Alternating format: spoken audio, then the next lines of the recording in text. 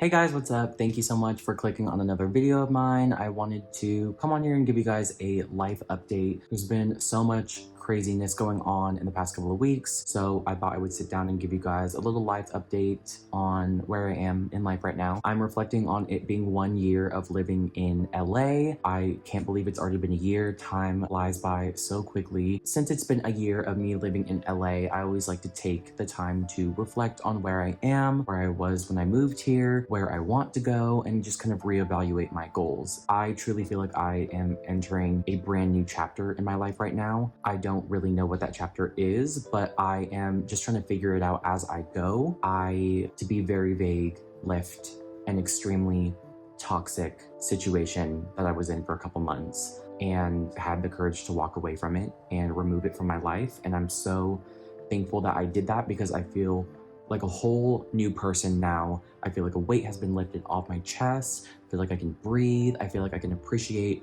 all the blessings that are still in my life, and there are many of them, but I don't really know where I'm headed at the moment. All I know is I want to continue to climb the ladder and just be the best version of myself I can be, keep growing, keep learning. So I am in a weird in-between stage where I'm leaving behind things that no longer served me in my short year in LA, also trying to keep myself open to all and any new opportunities and doors that might open and come my way. So now that I am in a much better headspace, I wanted to give you guys a couple tips that really helped me in the past couple of months because I have been struggling tremendously with my mental health. My depression has been worse than ever, but I wanted to, instead of talk about the negatives, I wanted to give you guys a couple tips on how to pull yourself out of a funk, or if you're in a funk, ways to relieve that temporarily or make it better in the meantime so that you can get through it, because there is a light at the end of the tunnel. It's really hard to see it when you're in it, when you're deep in it, but there is light at the end of the tunnel and it is coming so soon. So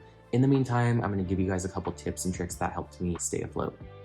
Alright, so a lot of these are probably going to sound like, duh, why wouldn't I do that? But when you're in a major funk or depressive episode, whatever you want to call it, it is really hard to do everyday simple tasks. First tip I'm going to give to anyone out there is to clean your room. Design your room to be your safe sanctuary. These past couple of months, I didn't realize how much of a funk I was in until I looked at little things like me trying to make my bed and change my sheets and wash my bedding. In the middle of that process, I would get too lazy or too drained to finish out that process, and before you know it, 2 weeks later you're sleeping on a foam mattress, just a foam mattress with a loose blanket, and that's no way to live. So make your bed, change your sheets at least once a week, make your room your safe haven and your sanctuary for you to escape to and have that one place where you know you can retreat to if you need to be safe or have that feeling of security. Make your bed first thing in the morning, right when you wake up, right as you're getting out of bed. Make your bed. It will start your days off so much easier than you would even realize, and just sets the tone for the rest of the day coming. If you continue to live and operate in a messy room, it's only going to add more disarray to your already frazzled emotional state.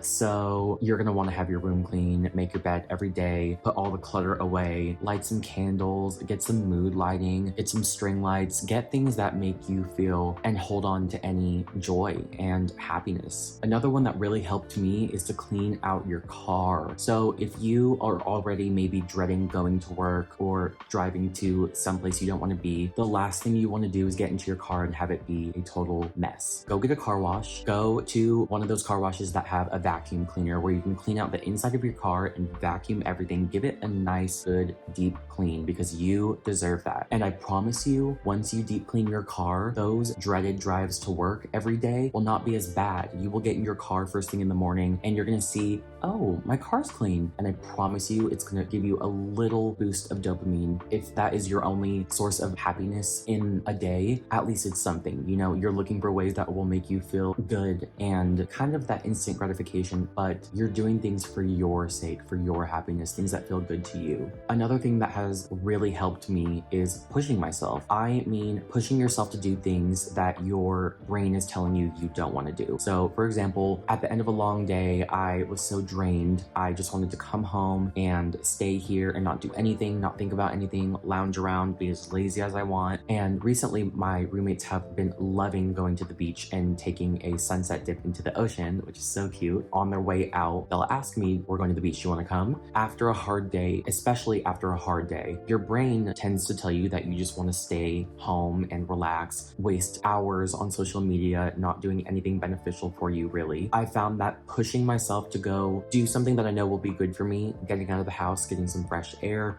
forcing myself to get out of that shell and that feeling of wanting to isolate, which is okay to do. There's times where people are going to invite you to do things and it's okay to say no and have your recharge time, have your reset time. But I have found more often than not, pushing yourself to go to the beach with your roommates for a sunset swim is never going to do you any harm. And so I took them up on that offer, and of course, just like I thought I would, sitting there on the beach looking at the sunset, I thought to myself, I'm really glad I came. And that's usually the response you will have when you force yourself to go and do things that your brain is telling you you don't want to do. Therapy. So therapy obviously is a major way to deal with being in a funk or trauma or PTSD or whatever you're going through. But I just would strongly encourage that you seek out the resources that you need, whether that be medication, therapy. There are options out there in the meantime that can help you so that you're not suffering. I am very open about the fact that I'm on Lexapro. I have been for almost 4 years now. They help me get through my day-to-day, whether it be medication or finding a therapist and committing to meeting with them on an ongoing basis. Your brain wants to tell you that these things aren't worth it, or at least mine did. Mine would say, what's the point? But there is a point. There are so many options out there and so many sources of help out there. Forcing yourself to commit to therapy where you know you can have that release once a week in a healthy way, or medication to stop whatever symptoms you have in the meantime, if it's going to help you, why not? What could be the worst that comes of it? I am very vocal about getting the help you need in any way, shape, or form. Whatever is going to help you out, why not? This next one is something I still continue to struggle with because it's really hard for me to be consistent with this, but reading and journaling. I have not finished